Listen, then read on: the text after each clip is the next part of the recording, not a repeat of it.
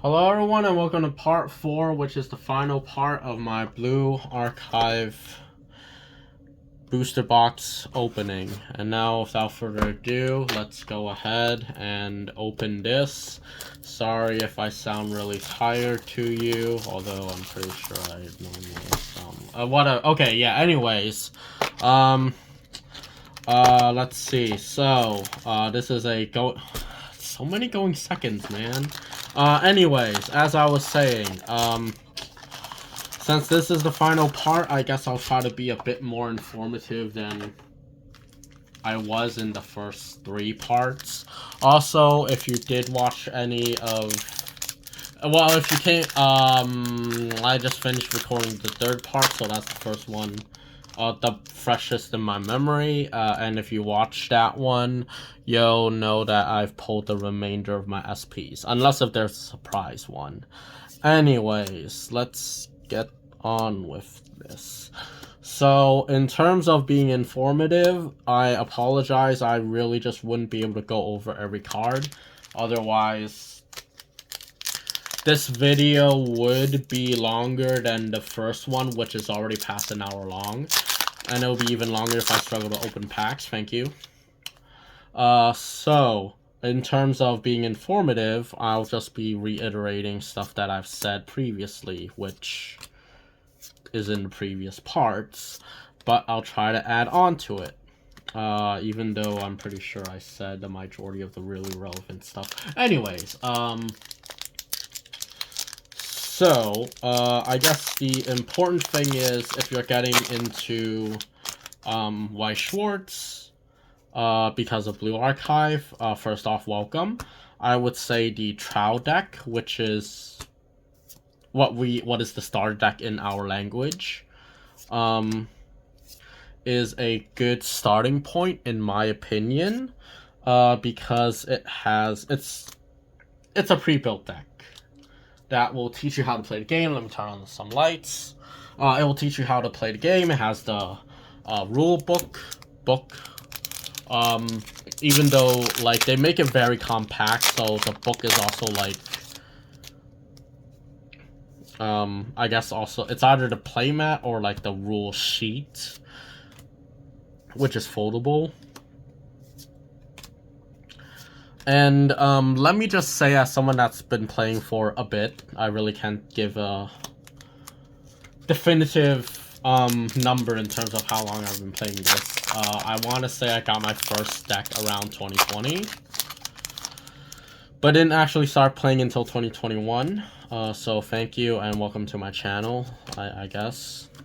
Oh, Aru, okay. But yeah, the trial decks are a good starting point because it has like the rules sheet. It has a playmat, which gives you an idea of where all the zones are, and then it's a pre-built deck, so it gives you an idea of like what to expect in the ratios between number of cards, the utility of the cards, and why some of those cards are in there. So sideways cards are climaxes. Climaxes are very important to what is referred to as a climax combo. And it is a climax combo because sometimes in the set there are characters that combo with a specific climax. Hence, climax combo. So that is a core mechanic of the game, and that would explain why some climaxes and characters are in the trial deck. So it's very informative, it's very beginner friendly. If you feel adventurous, I guess you could go ahead and buy some other form of pre-built deck off of someone. I personally, I think it will be fine as long as you're able to learn the game quickly. Because sometimes there are some sets that are just, I guess, really big brain. But you know, you do you. But that is my argument for why trial decks are good. It's very beginner friendly, which makes sense because that's what the product's designed to be.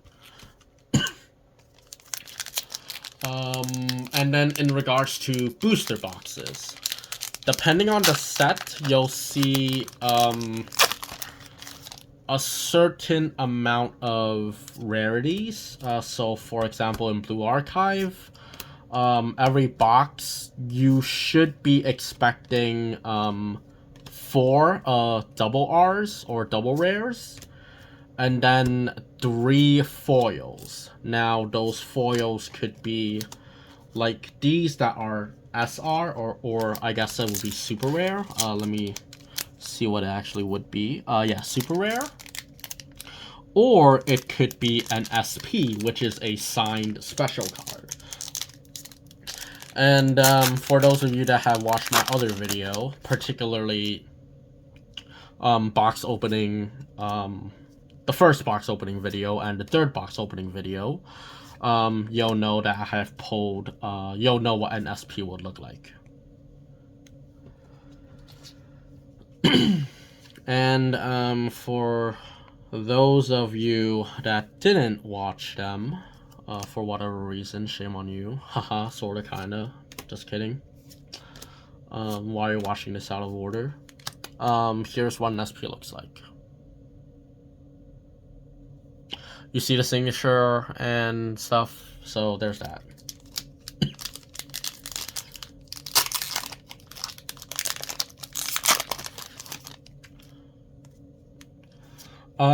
Yeah, so those are generally the rarity distributions. So within the new, the reason why I'm saying new, let me actually finish that sentence first. Within the new ratios, that is what you'll see with the set of Blue Archive, and the reason why I say new is because traditionally it'll be 24 box.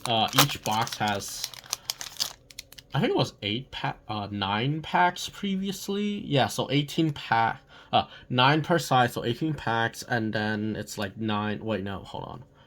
9 cards per pack, and then it was 16 packs per box. But now they changed the ratios to where it is 12 boxes, 12 packs per box, and then it is 8 cards per pack. But I think they also changed like the ratio in the sense of the numbers of like double rares are higher now compared to previous, so there's less bulk. So let's see, this is a going second card. So, and you'll also like notice, or let me just go ahead and open this pack and then I'll like demonstrate what I'm going to say next. So because there are 8 cards, so the first 3 are going to be common, common, common. So that was yellow, red, green. And then the 4th card is going to be a wild card rarity. An unknown rarity. This time it was a double R, so it could be anything. And then after that 4th card, it's going to be uncommons. So 1, 2, so 2 uncommons, 1 rare guaranteed, and then a climax. So the things that are guaranteed would be 1 climax at the very back, and then 1 rare card that's the second to the back. So the 4th card is the card that could be anything. So that time it was a double R, and this time, let's see, 1, 2, 3. This time is also a double R. So that means I have 2 double R's remaining in the remainder of this box. with the remaining packs. And obviously my guaranteed rare, and then a guaranteed climax. Now, that fourth card, that could be anything, could also be a climax. And I believe with this ratio, it should be, or maybe, I'm not sure if it's this ratio or this set. For example, this time it was an uncommon. But from what I've seen, I think the climaxes that were the wild card, or is the fourth card, were all foils. Now, I don't know if that is the case for every set moving forward, or if this is just for Azure Lane. Or not Azure Lane, I'm so sorry. Blue Archive. It's a mobile game set, okay? You could, well, I mean, I understand. For example, this one is a common. Uncommon, and now this is the rare, and then this is the climax at the end. And I believe for Blue Archive, every card that we see in its base rarity, so its lowest rarity, also has a possibility of being foiled. And for example, we have the event, and we've seen this event literally, because this is an uncommon. You can see right there, that's a U. And then you can see right here, it's an SR. So it's foil, so it's a shinier one. So each of these cards, I believe, could come foiled. And of course, there are just some cards that are even more shiny because they are the SP rather than SR.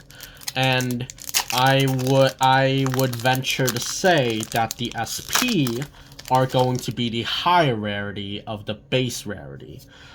So for example, let me actually finish this pack from earlier. So for example, anything that would be double R or is single R would probably be the one that are SPs. So since I, for example, those of you that watched the first video, I pulled an SP of this, and this as its base rarity is a rare, like single rare. And if I pull another Wakamo for whatever reason, I will go ahead and make that comparison as well.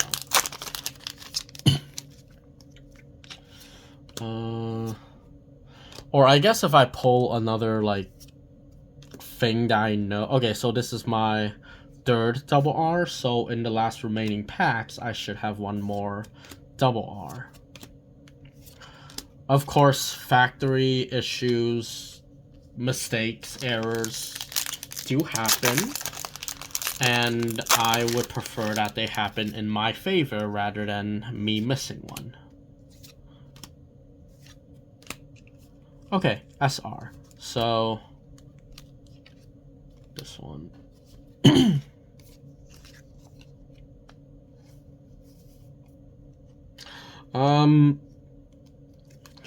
Previously in the other videos, I went over their abilities. I guess I'll just save it for the end of this video. So that way you guys could click off of it earlier if you haven't already. So within that box, we've pulled 2 foils already, so we should be expecting a third one within the last packs, and there it is. So there shouldn't be any more foils left in the remaining boxes, remaining packs. But like I said, factory errors have happened before, whether with this game or with another game. And I think I should still have one more double R. It's not like it's one or the other. So let's try to crack that. Blue. There it is. Double R.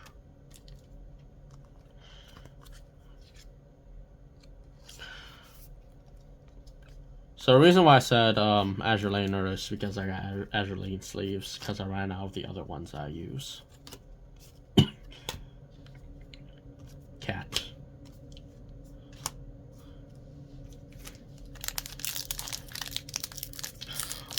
But yeah, so let's just really quickly wrap this box up, and then we could confirm if that is the ratio, which it should be. This, for example, was the... Oh, this shouldn't be in here. I think this is the right one. For example, this one is a common, and the higher rarity is an SR.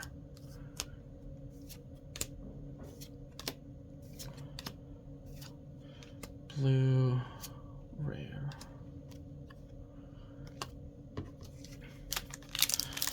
Alright, last pack.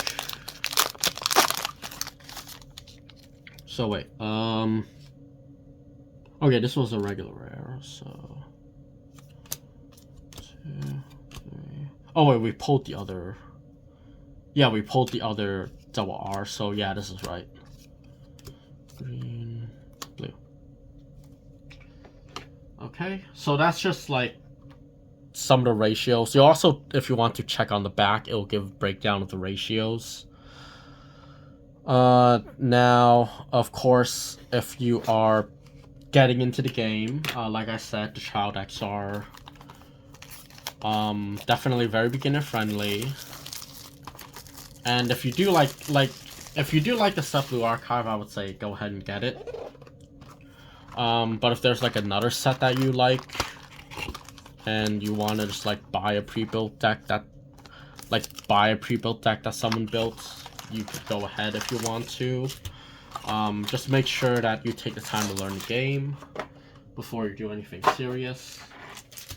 If you do want, like, plan to play, like, if you have a friend that could teach you, that's even better. Because you probably won't run into some of the more interesting, like, ruling and interactions until... Okay, so we got a double R. Until you start playing, like, a few games. Which is also why, like niche rulings. Which is also why I feel like the trial decks are very good. Otherwise, you just, like, watch a video, like, of people playing. I personally would probably recommend Trust Us Collectible on YouTube. Trust Us Collectibles, I'm pretty sure it's plural, on YouTube. Because they test out decks and are also very informative in their commentary, because I watch them. But yeah, so I would say that's probably a good starting point. Otherwise, find a friend that plays this that could teach you. Because this is a 2-player game if you are planning to play.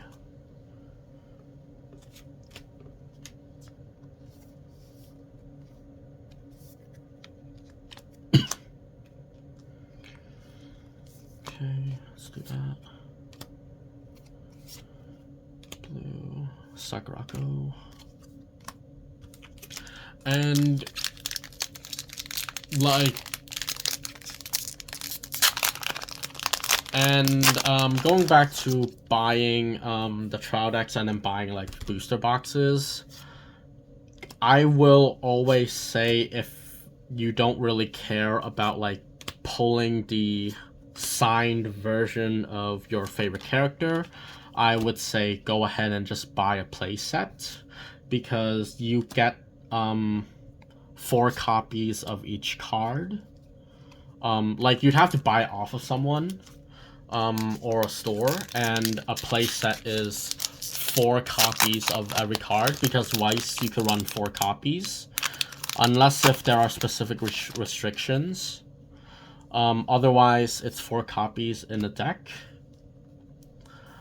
And if you... That would be, like, the easiest way for you to have access. Buying a playset off of someone would be the easiest way to have access to all the cards within the set. So that way you could build and experiment on your own. Because buying like booster boxes, unless if you're going to buy like, let's say 6 or 8. Yeah, I would say 6 to 8. Unless if you get really lucky, you're not going to have everything you'll need within like the first 6 boxes. Because of the ratio. Like I said, within a box there are 4 double rares. And some of those double rares are probably potentially the better variations of climax combos. And I've said that climax combos are an intricate part of the, well, it's a bunny. An intricate part of the game because it's how it's like sort of like your win condition. More often than not, it's your win condition. And sometimes the higher end of those combos would be the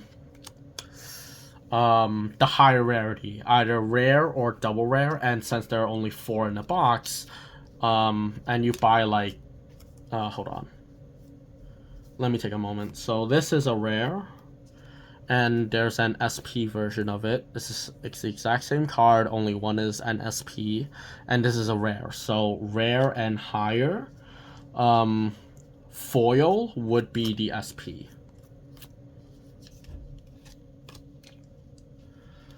But as I was saying, because with Azure Lane, every box has 4 double rares, and double rares potentially are the higher end of the climax combo.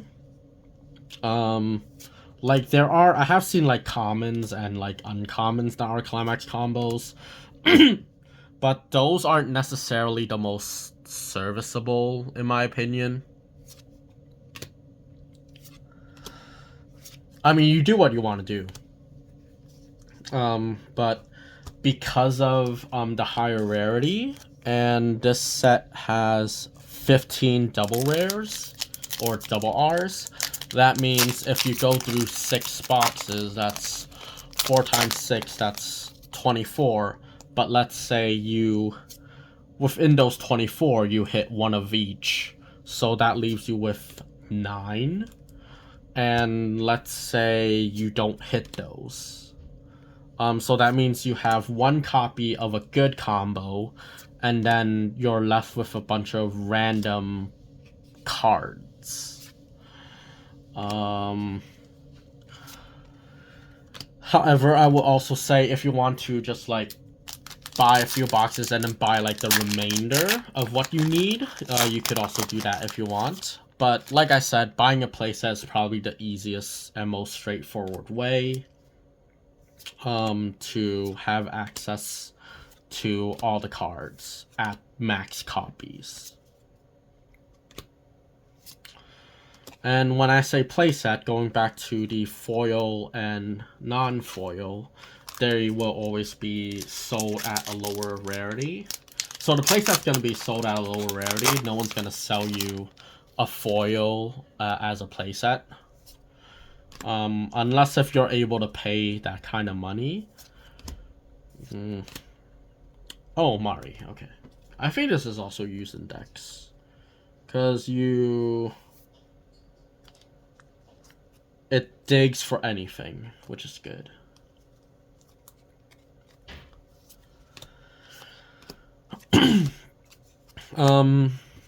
If you feel like my opinion on buying boxes or buying play sets or buying singles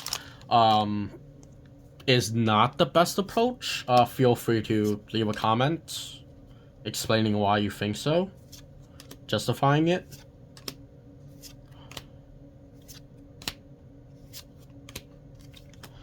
Okay, because like I said, I want more players in the community because I love this game. Well, I don't know about love, but I think this game is really fun. And I would rather people enjoy it rather than hate it.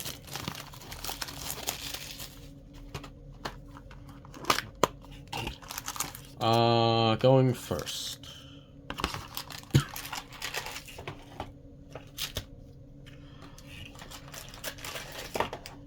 Wow, okay, if you've watched my videos, it's like ever since we finished that playset, so like you've seen where I've only pulled within those first 6 boxes like 2 copies of this combo, and then I have like enough for a playset of another combo, and then like another combo I'm missing like 1 or 2 pieces again, like, and that was within 6 boxes. So now that I'm opening up the remaining of after those 6, was it 6? No, it was 12. It was 12. Cause yeah, I was still missing like 1 or 2 pieces for my playset after opening 12 boxes. After opening the third set of 6, I was finally able to complete the playset, and now that I'm finishing the last 6 boxes, I'm like realizing that I do not have enough for 2 playsets. Cause I'd probably be missing like 1 to 2 to 3 cards from another playset. And that's partially because Azure Lane is a bigger set. Did I say Azure Lane again? Oh my god, I mean Blue Archive, I am so sorry, is a bigger set than others. This is a set with 142. I think the reason why I say Azure Lane is because 1, my brain is like very tired, and 2, Azure Lane itself is actually, this time I meant to say Azure Lane, because Azure Lane itself is actually one of the sets with a bigger ratio compared to the standard, I think it was 100. Azure Lane, I believe, and yes, I meant to say Azure Lane, I believe is like 145, and Blue Archive is 142, so it's a bigger set for sure. Which is why some people, I think I said that in a very aggressive way without intending to, but which is why there are some people that would rather buy 2 cases rather than 1 to guarantee. Oh, God damn it. I wish this was the other standby.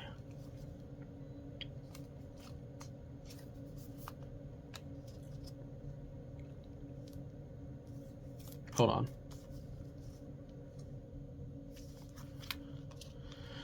Okay, so that was, yeah, so this was the 4, 5, 6, 7, 8.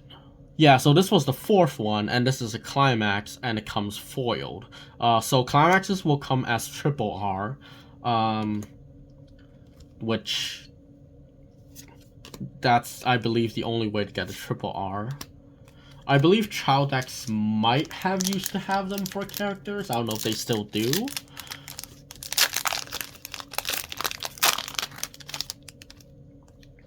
But yeah, Blue Archive is a bigger set.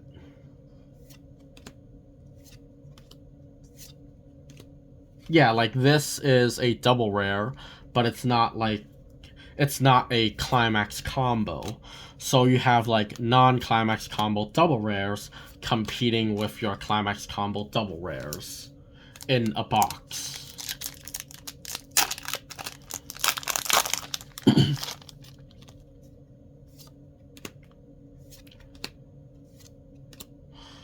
Okay, Hare. I believe that was our 2nd foil.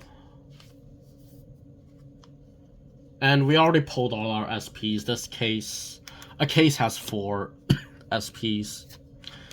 Once again, unless a factory error messes up. In this case, it would have to give me an extra SP. But I highly doubt that. I'll take it if it happens, but yeah. What else for people getting into this game? Collecting. So if there are those of you that are collecting and are heavy into sorting, there is a serial number, I guess. I think it's a serial number. I don't know what else to call it. For what number the card is. So it'll be down here. So right above this big number, there'll be a serial number up here. So this is BAV, should be like, yeah, it should stand for Blue Archive. And then it will say stuff like W, so it will fall under the Weiss set. Because apparently Weiss Schwarz is divided into the Weiss half and the Schwarz half. W, and then I think it's gonna be like a set number, so I think this is like set 112 is what it is, and then it will say that it is E for English, because this is an English, we are opening in English, and then it will say like 007, or if it's the 7th card in the set. And then it will say like C for common, U for uncommon, R for rare, double R for double rare, triple R for triple rare. That's usually with climaxes.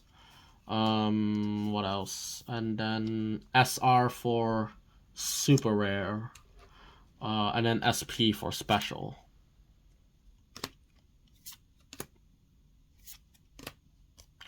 So that's one way for you to sort it. Otherwise, sort it by your favorite character. That really is just it. Like, if you want in your binder, like, a whole, like, page of SP Asuna Bunny, because that's what one of the guys is looking for. Just using it as an example. Like, go ahead and do that.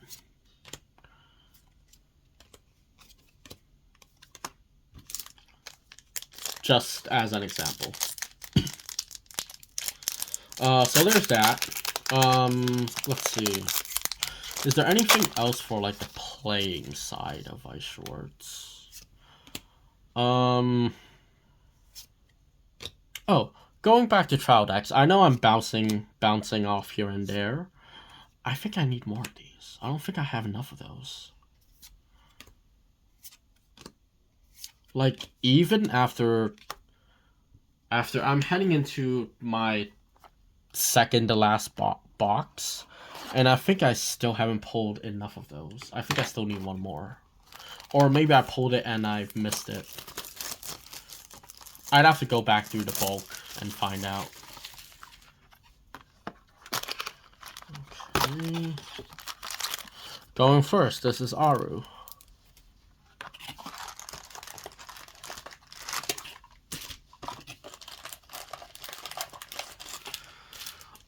With the trial decks is, sometimes, or I guess more often than not, because the trial decks have three climaxes, one of which will go with your early game combo to try to help you build towards the late game.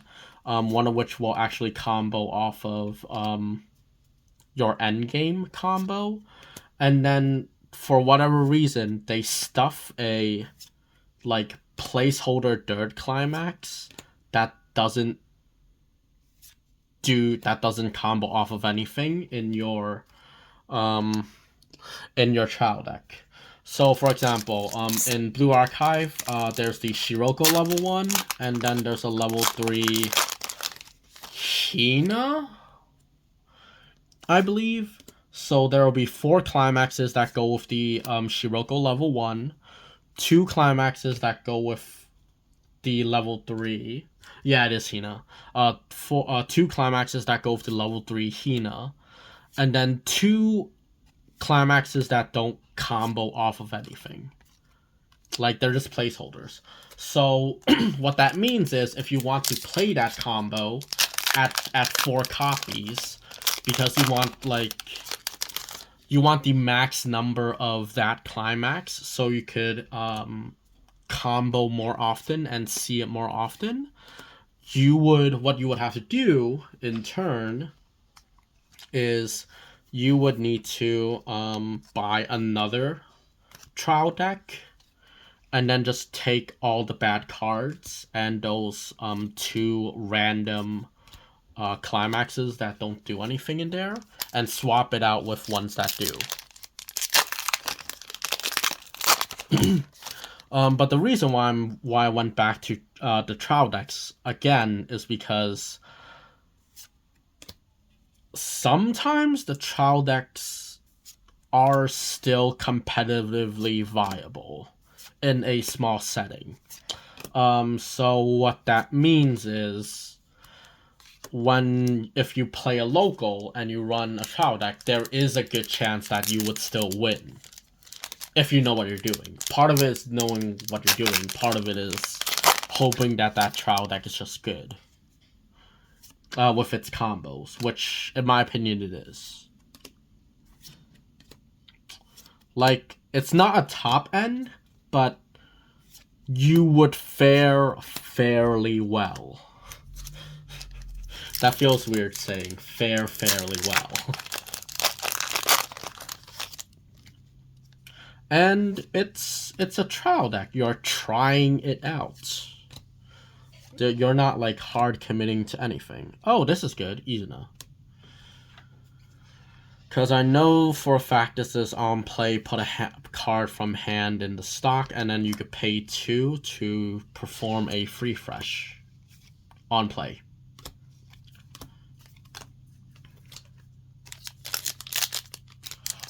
But I guess because this is the last video, I'll also go ahead and go into what is generally in a deck and like deck building criterias. So 4 copies of a card in a deck, unless stated otherwise by the card's own ability or because it has been limited on the banned list. Sometimes you might also see choose one of 2. That means you could run this specific card, but you can't run it with another card. And that usually is because some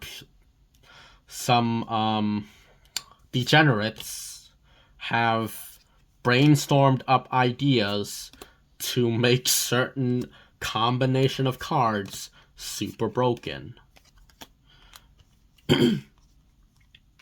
I would say you wouldn't have to worry about Hololive, or, oh my god. I went from Azure Lane to Hololive. I went from Blue Archive to Azure Lane to Hololive. I would say you don't have to worry about Blue Archive because this is the newer set and there hasn't been a ban list in English because this is the newer set.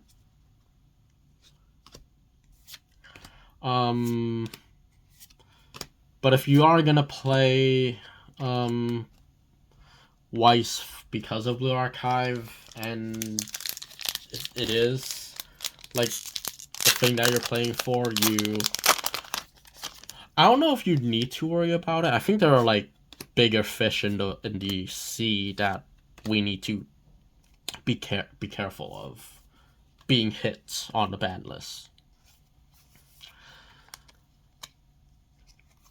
But yeah, you can run up to 4 copies of a card unless if those restrictions, either being an ability from the card that says you can run any number or being on a ban or restricted list. The most would be restricted down to 2 copies. So there's that. Yeah, 4 copies of a card. In terms of climaxes, you can only run up to 8 total climaxes. And it's very important that I say up to, because it really is up to. You're not required to run 8, but if you play the game, you'll know why you want to run 8 climaxes. Because I'm trying to be as generic as possible without going into game mechanics. I don't want to overload your minds. But I guess it would be important is because, yeah. Okay, last box.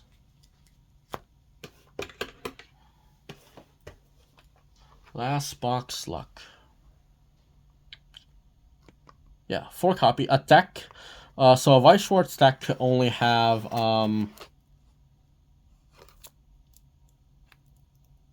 sorry, I was looking at how I cut the box. I don't know if I might have damaged anything. I don't think I did. Or cutting the wrapping around the box. A deck of Weiss Schwarz has 50 cards exact. No more, no less. And of those 50 cards, you can run 4 copies, as I've said. And you can run up to 8 climaxes. You can't go over, but you can go under if you want. But no one does that generally. Unless if they do it by mistake. Which has happened. But you're not going to be disqualified because it's illegal. It would still be legal. You just need to make sure it's still 50 cards. In a legal deck. And in those 50 would be obviously some number of climaxes, ideally. Some non-zero number of climaxes.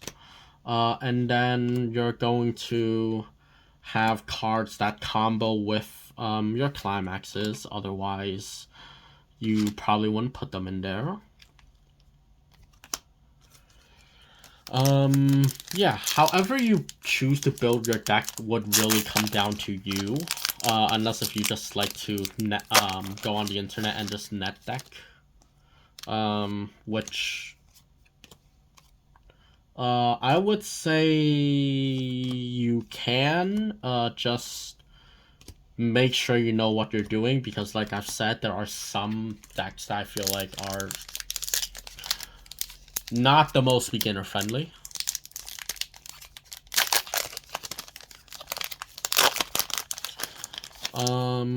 And then I really don't want to go into more detail about, because I have to like stop at a certain point, before I go ahead and like describe the flow of the game, which is gameplay, versus like what you need to play the game, which is a legal deck of 50 cards. But you fulfill that condition if you did buy the trial deck, or if you have someone helping teach you. Go nuts. Otherwise, you're gonna have to like look for like video tutorials to like get started, or like commentary, like play commentary. Once again, I would recommend Trustless Collectibles. I think they already have 2 gameplay videos of Azure Lane. Oh my god, I said it again. Of Blue Archive. Holy cow. I'm so sorry. I'm so tired, man. I just want to play video games and finish this.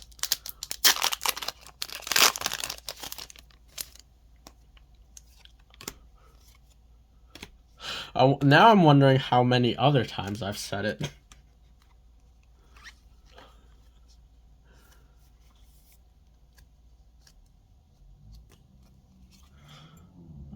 Blue, yellow,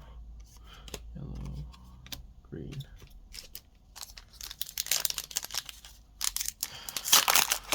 So, how was your day? I hope you like Blue Archive. Yes, Blue Archive. Not Azure Lane. I do like seeing more Hifumis by the merit of the Hifumis, I guess.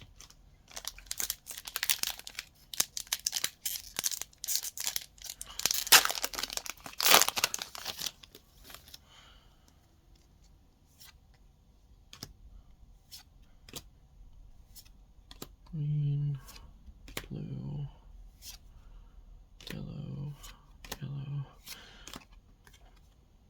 I think that should be all my double R's. So now I'm just gonna have to bank on a really good SR. Come on. Oh, okay. Shiroko. Yellow. 3 packs left. Okay.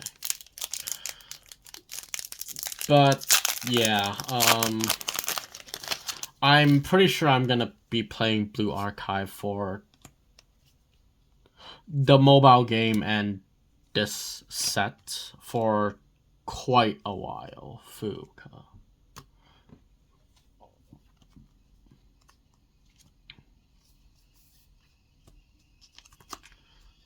Sorry, I got some water boiling in the background. We could bear with it. It will help with the white noise for a little bit. Okay, never mind. That was real quick. Green, yellow. And I do realize that the light makes reading this really hard. I do apologize. I mean, the distance from the camera is already hard enough. I'd be surprised if you're still able to read it. Last pack luck. I really wish I was able to get more, but oh well. Hoi. Green. Alright, what's next? Hoi. Ah, okay. Oops. A bit anticlimactic, but oh well. Haha, big shoon. Alright, I said I'd go over these abilities, so let me go ahead and do that. Fuka, so level 2, 1. When it's attacked, choose one of the other characters, give it plus 2000 power. When this card becomes reverse, if the battle opponent is higher level than your opponent's level, you could put into memory. So it gets rid of your enemy's early outs. So 2-1. 2 or more other Kivotos characters gets plus 2000 power. When this attacks, the character facing this card is level 3 or higher, this gets plus 4/5, so it becomes 11k if it's a level 3 or higher. And then when this card's battle opponent becomes reversed, you could put it at the bottom of your opponent's deck. Okay. Natsu. So, when this becomes reversed in battle, if its battle opponent is a level higher level than your opponent's character, then okay. When this becomes reversed, if this character's battle opponent is higher level than your opponent's level, you could put that character into their stock, and then your opponent puts the bottom card of their stock into their waiting room. The other ability is pay 1 stock, and this card gets plus 1 soul and sweets trait. This is a backup. Pay 1, discard this card to use this backup. It's 2000 power. And then the other ability is when you use this to back up your character.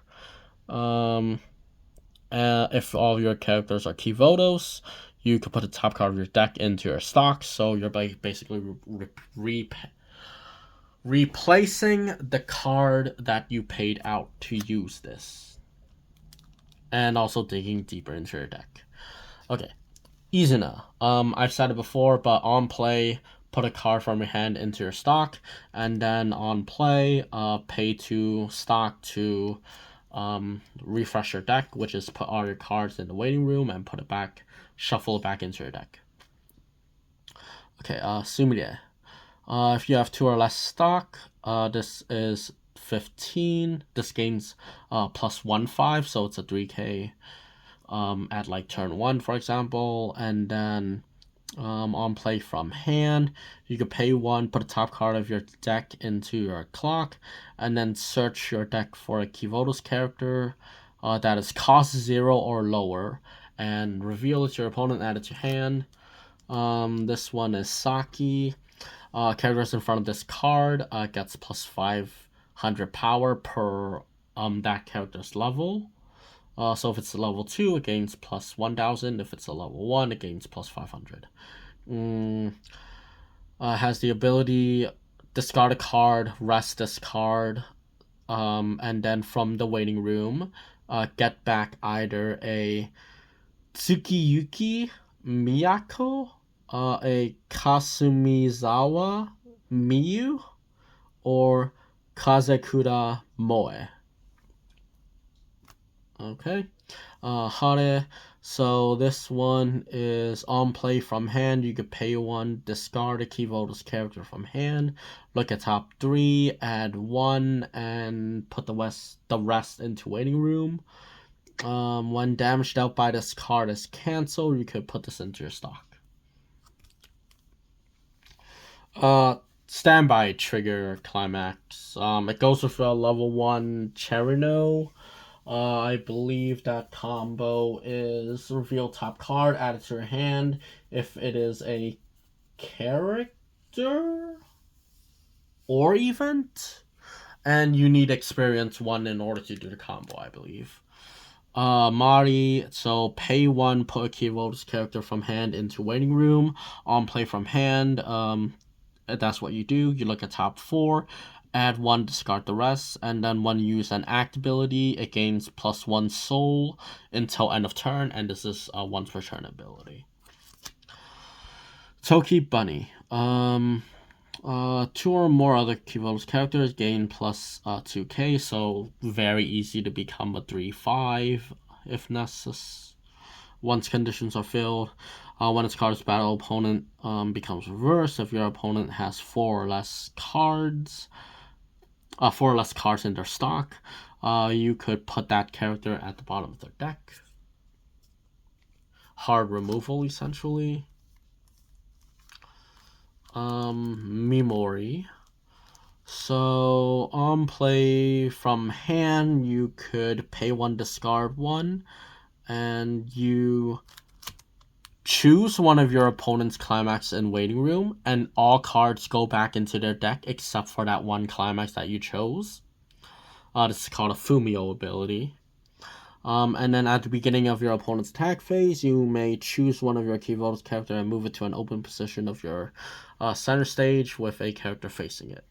So you could push a character up to match something if you don't want your opponent attacking you a certain way. Iori.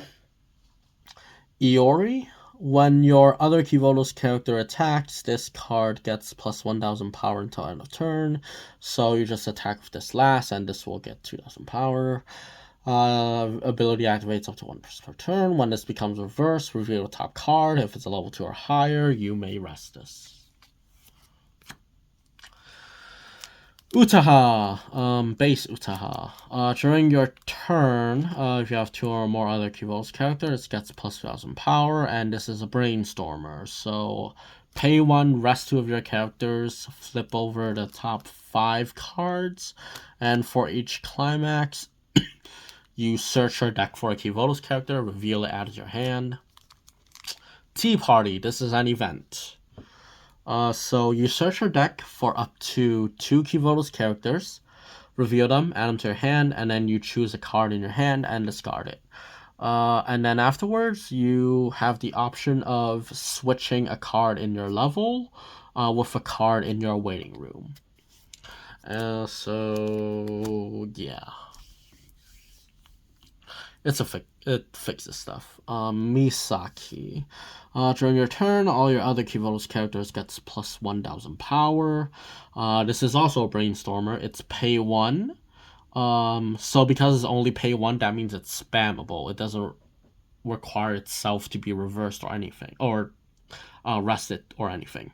So flip over 4 cards from the top of your deck, and for each climax that was revealed, you choose a character in waiting room, add it to your hand, and then you discard a card. Yoshimi. So when it's placed on stage from hand, choose one of your other characters. It gets plus X power and suites until end of turn. X is equal to that character's level. So if they're level group 3, they get plus 3,000. If it's level 0, they get 0. And then the other ability, pay 1, discard a card, look at up to 4 cards from the top of the deck, choose up to 1 key value character, reveal it, add it to your hand. Oh, pay 1, put this into your waiting room. My bad. And then Aru. This is a very interesting backup. So it's pay 1, discard itself to use the backup ability, which is give 2,500 or 2.5k power to a character that's being front attacked. And then the other ability, when you use its act ability, you have the option to pay 1, discard 2, and give a character in battle plus 6 soul. So it's meant to make your opponent overswing, so you would be more likely to cancel. Or just eat 7 and die, or plus 6 and die. Okay, so that was it. Thank you very much for watching. Be on the lookout for some deck profiles, I suppose. And the next set that I will get into will more than likely be Nike. You'll notice a trend that there's a lot of mobile game stuff for me. So if you like this video, please leave a like, comment, and subscribe if you would prefer to. And also just like tell me what character you like, or like what character you'd like to hear more about in terms of like what they do in the game. And if you are interested in like learning the game, I could try to explain a bit more. I could probably dedicate a video to that. I'll probably like use it in tandem with one of the decks that I build, just to make it explaining it easier. So thank you very much for watching. Once again, like, comment, subscribe if you feel compelled to, and I hope to see you next time. Bye.